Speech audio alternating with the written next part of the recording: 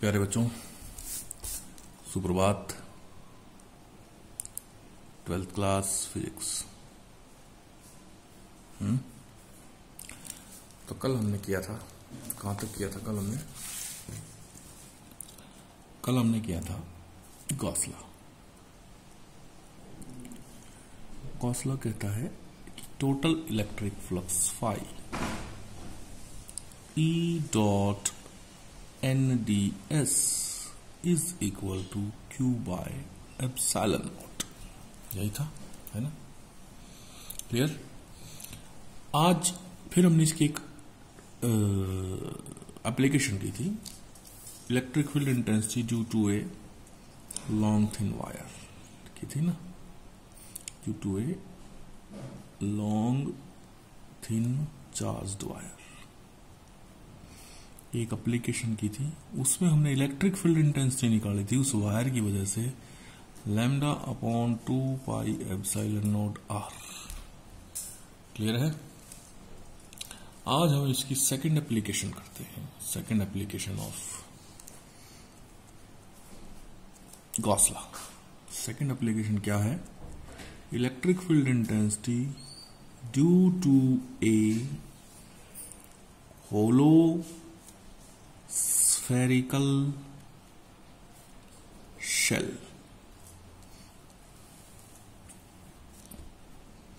एक hollow spherical shell की वजह से इलेक्ट्रिक फील्ड इंटेंसिटी हमें क्या करनी है? निकालनी है। क्लियर?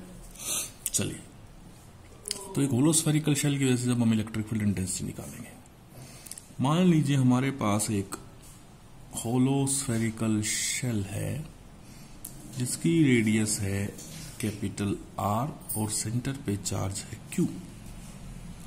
सेंटर पे चार्ज है Q। सारा चार्ज यूनिफॉर्मली स्प्रेड आउट हो गया इसके आउटर सरफेस पर। कहां हो गया? इसके आउटर सरफेस पर।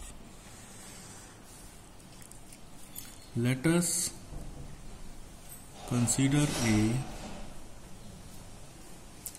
spherical shell of radius capital R having charge Q at its center। अब किसी भी स्फेरिकल शेल के लिए इलेक्ट्रिक फील्ड इंटेंसिटी 3 पॉइंट्स पर होगी। एक तो शेल से बाहर, एक शेल के सरफेस पर और एक शेल के अंदर। क्लियर है? तो हमें तीनों पॉइंट्स में निकालने पड़ेंगे। The electric field intensity E will be at 3 points. Number 1, outside of the shell. Shell के बाहर। शेल के बाहर निकालने के लिए हम क्या करेंगे? शेल के बाहर एक पॉइंट ले लिया P at a distance small r, और इस P पॉइंट को लेते हुए हमने एक स्फेरिकल गॉसियन सरफेस अज्यूम कर लिया। क्या कर लिया? Spherical Gaussian surface. Let P is point outside the shell, then assume a spherical Gaussian surface, ठीक है, of radius small r। अब तरीका हमारे पास वही है, आपको क्या करना पड़ेगा? आउटसाइड निकाल रहे हैं तो बाहर एक छोटा सा सरफेस ds मानिए, अज्यूम सरफेस ds। सबसे पहले इस पॉइंट पर +1 कूलम चार्ज रखेंगे। ये प्लस रिपल्शन हो जाएगी, इलेक्ट्रिक फील्ड इंटेंसिटी आएगी बाहर की तरफ। क्लियर है? अगला काम क्या है? इस सरफेस के साथ unit normal vector, unit normal यानी 90 डिग्री पर बाहर की तरफ, इसके साथ 90 डिग्री पर बाहर की तरफ ये खींच दिया। दोनों क्या आ गए? सेम डायरेक्शन में आ गए। सेम डायरेक्शन में आ गए तो दोनों के बीच का एंगल क्या हो गया? 0। ठीक है, बीच में लाइन लगा लें। Then consider a small surface ds and flux will be written as, flux को हम कैसे लिख सकते हैं, phi is equal to integration E dot NDS is equal to Q by epsilon naught. वही फार्मूला गॉस लॉ से, इसको खोलेंगे, A डॉट बी, A का मैग्नीट्यूड इनटू में यूनिट वेक्टर का मैग्नीट्यूड 1 इनटू में cos ऑफ 0, cos 0 क्यों, क्योंकि E और N दोनों क्या है, सेम डायरेक्शन में, तो क्या आ गया आपके पास, cos ऑफ 0 इनटू में ds is equal to Q by epsilon naught. Clear है। E को बाहर लिया, integration ds is equal to Q by epsilon naught. ds है सरफेस एरिया, ds का integration s, Q by epsilon naught. Surface area s किसका, sphere का, कौन से का, बाहर सरफेस माना है तो बाहर वाले का, कितना 4 पाई स्मॉल r स्क्वायर, बाहर वाले का लेंगे, कितना आएगा 4 pi small r square, Q by epsilon not, और इलेक्ट्रिक फील्ड इंटेंसिटी आएगी Q upon 4 pi epsilon naught r square.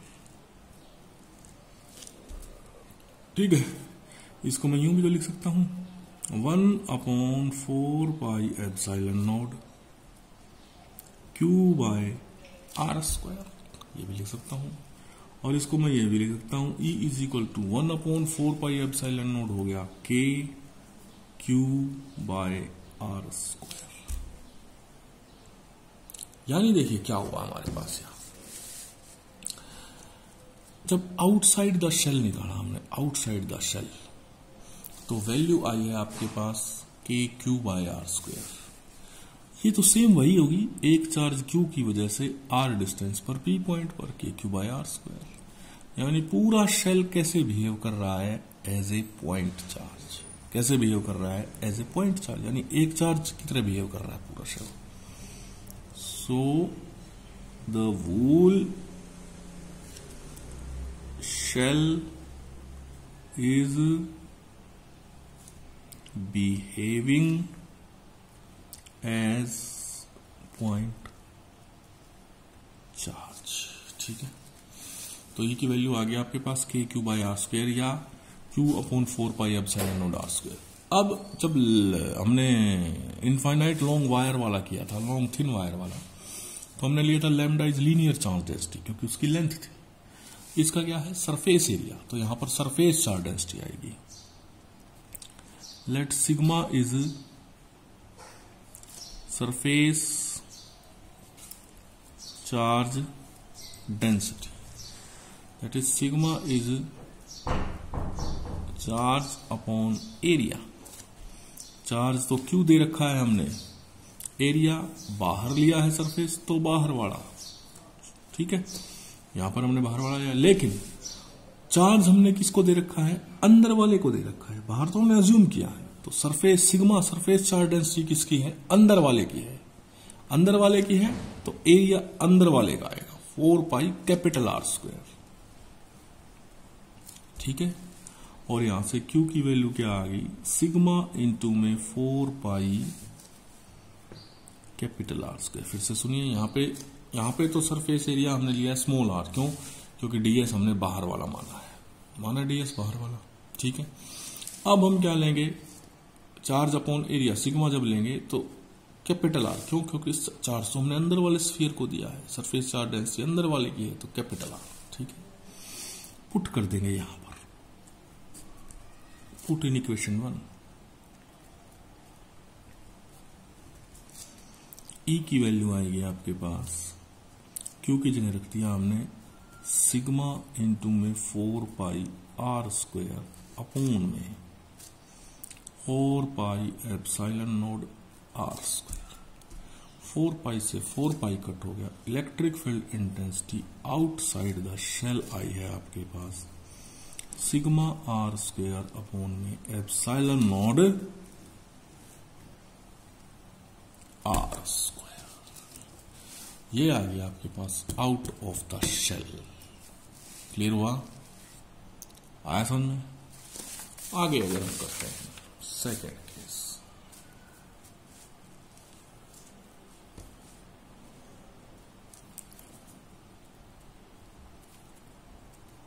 at the surface of shell। Surface पर गया है। देखिए हमने यहां क्या किया था, ये शेल मानी थी, इससे बाहर लिया था, पी पॉइंट पर लिया था, तो हमने एक छोटा सा सरफेस ds कंसिडर किया था। उस सारे को सॉल्व किया तो हमारे पास आंसर आया sigma r square upon epsilon naught r square. अब हमें निकालना है सरफेस पर, यहां पर, यानी इस पी पॉइंट को हम वापस ले आएंगे कहां? सरफेस पर। इस पी पॉइंट को कहां पर लेंगे? जैसे यहां पर लाएंगे ये आर, स्मॉल आर डिक्रीज होता होता किसके बराबर आ जाएगा? कैपिटल आर के। अब दोनों क्या हो जाएंगे? बराबर। क्लियर? तो एट सरफेस,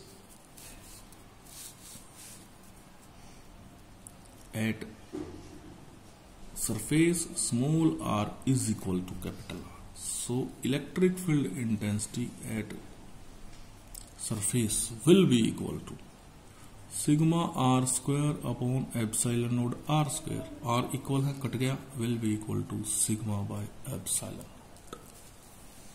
सेकेंड आ गया। Third case, inside the shell. देखिए शेल क्या है आपके पास? होलो है। होलो यानी अंदर से खाली। अंदर से खाली है तो अंदर कोई चार्ज नहीं होगा। चार्ज को कोई ना कोई सरफेस चाहिए रहने के लिए, तो अंदर कोई चार्ज नहीं है। As Q inside is equal to 0, so electric field intensity inside is equal to 0। Clear हो गया? अगर आप एक ग्राफ ड्रॉ करेंगे इलेक्ट्रिक फील्ड इंटेंसिटी और किसके बीच में? आर डिस्टेंस के बीच में, तो आपको पता है अंदर 0 है। अंदर 0 यानी आप यहां से चले 0, यहां भी 0, यहां भी 0, यहां भी 0, यहां भी 0, यहां सरफेस तक 0 है, यानी आर इक्वल टू आर तक आपके पास वैल्यू क्या है? 0। यानी at r equal to r तक value 0। R equal to r पर आपके पास वैल्यू आई है सिग्मा बाय एप्सिलॉन नॉट सीधी, और उसके बाद आपके पास आई है inversely proportional to r square outside. So outside आई है आपके पास E inversely proportional to r square, k q by r square. Clear? तो ये था आपके पास electric field intensity due to a spherical shell. अगली एप्लीकेशन है हमारे पास, दो कर रहे हैं आज, electric field intensity due to a plane sheet. एक प्लेन शीट की वजह से। क्लियर है? शीट जैसे आपकी कॉपी है, कॉपी को खड़ा कर दीजिए ऐसे, ये शीट हो गई एक, दिस इज ए शीट, इसकी वजह से। क्लियर है? मान लीजिए हमने एक प्लेन शीट ले ली जिस पर पॉजिटिव चार्ज यूनिफॉर्मली डिस्ट्रीब्यूटेड है। Let us have a plane sheet on which positive charge is uniformly distributed। ठीक है, तो हम क्या करेंगे, अपनी तरफ से एक सिलेंड्रिकल गॉसियन सरफेस अज्यूम करेंगे। कैसा गॉसियन सरफेस? सिलेंड्रिकल। अब सिलेंड्रिकल में वही केस आ गया आपके पास, एक तो कर्व्ड सरफेस होता है, दो प्लेन होते हैं। तो कर्व्ड में हमने छोटा सा सरफेस एरिया ds लिया और प्लेन में हमने एक सरफेस ds लिया। क्लियर है? पहला काम क्या है, +1 कूलम चार्ज रखो। ये देखो, ये प्लस और यहां प्लस, रिपल्शन हो गया, इलेक्ट्रिक फील्ड इंटेंसिटी इस तरफ आगे। इधर यूनिट पॉजिटिव चार्ज आएगा, उधर इलेक्ट्रिक फील्ड इंटेंसिटी। इस सरफेस के साथ 90 डिग्री पर बाहर की तरफ, 90 डिग्री पर बाहर की तरफ एरिया वेक्टर। अब आ जाओ इसके इस वाले हिस्से पर, प्लेन पर। प्लेन पर क्या किया, +1 कूलम रखा, plus plus repulsion, electric field intensity इस तरफ आ गई। अब इस वाले हिस्से पर 90 डिग्री पर बाहर की तरफ भी यही एंगल हो गया, एरिया वेक्टर। यानी कर्व के लिए आ गया थीटा बराबर 90 डिग्री और प्लेन के लिए आ गया थीटा बराबर 0 डिग्री। क्लियर है? जबकि पहले हमने जो भी केस किया था, किसका, अपने पास जो इसका केस था थिन लाइन का, लॉन्ग थिन वायर का, तो उसमें क्या था हमारे पास, कर्व के लिए आया था 0 डिग्री और प्लेन के लिए आया था 90 डिग्री, क्योंकि पॉजिटिव चार्ज बीच में ऐसे था।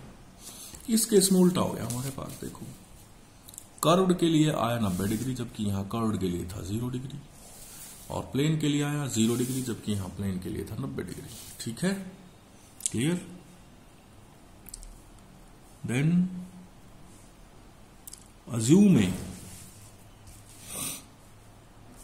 cylindrical Gaussian surface, cylindrical Gaussian surface assume कर लिया भाई। ठीक है? Clear? So by Gauss law, phi is equal to integration E dot n ds is equal to q by epsilon naught। अब दो सरफेस आपके पास, प्लेन प्लस कर्व, तो दोनों का है E dot n d s plus E dot n d s is equal to Q by epsilon naught. एक plane, एक curved. ठीक है? चलिए ओपन करते हैं। E इंटू में 1 इंटू में कॉस ऑफ 0 इंटू में ds। अब देखिए, कर्व तो 2 है, एक तो वहां पर 2 क्यों नहीं लिए, क्योंकि वहां पे कर्व के लिए 0 हो गया था, सॉरी प्लेन के लिए 0 हो गया था, प्लेन के लिए 0 हो गया था, चाहे दोनों को 2 ले लो चाहे एक ले लो, 0 ही रहना दोनों के लिए। तो यहां पर हमने ट्वाइस कर दिया, क्योंकि प्लेन तो हमारे पास 2 सरफेस है, एक ये वाला और एक ये वाला, प्लस इंटीग्रेशन, इसको खोलेंगे E इंटू में 1 इंटू में कॉस ऑफ 90 इंटू में ds is equal to Q by, ये है कर्व, cos 90 0, cos 90 0, तो ये सारा हो गया 0, ये आ गया 2 इंटू में E बाहर, cos 0 1 इंटू में ds is equal to Q by epsilon. 2 into में ds का integration s, surface area s is equal to Q by epsilon naught. हमें चाहिए इलेक्ट्रिक फील्ड इंटेंसिटी, तो 2s को नीचे ले जाओ, q is equal, sorry E is equal to q upon 2 epsilon naught s, 2s नीचे आ गया, तो इलेक्ट्रिक फील्ड इंटेंसिटी आ गई E is equal to Q upon 2 epsilon naught s।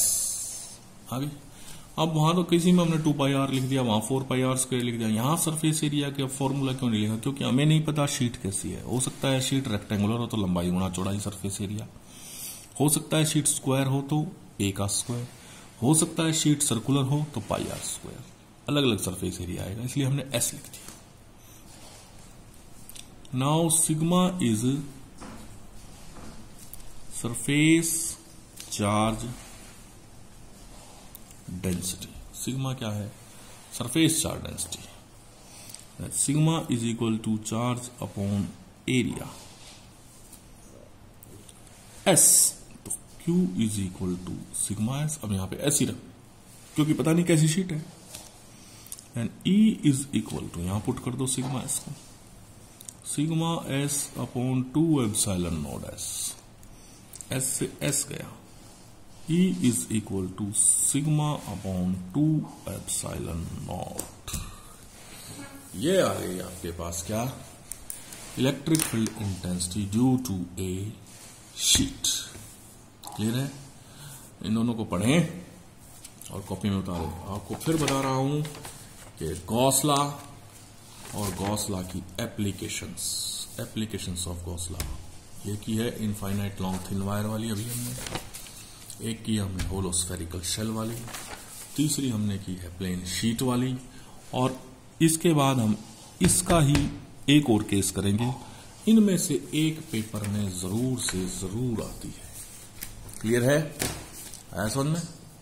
Okay, आज के लिए इतना ही।